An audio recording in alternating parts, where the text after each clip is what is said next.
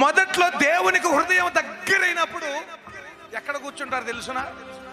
బలిపీఠం దగ్గర కూర్చుంటారు, సమీపంగా కూర్చుంటారు, పరిచర్యకు వస్తారు, ప్రార్థనలకు వస్తారు, బాప్టిజం క్లాసులకు వస్తారు, సాక్ష్యాన్ని పంచుకుంటారు.